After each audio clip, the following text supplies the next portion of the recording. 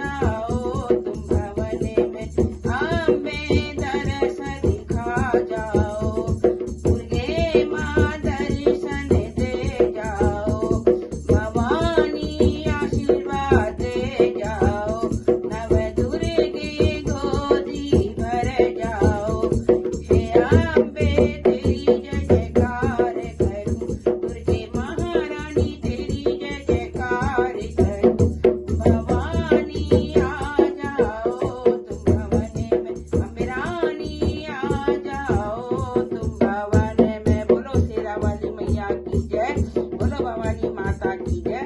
अगर आपको ये भजन अच्छा लगा तो लाइक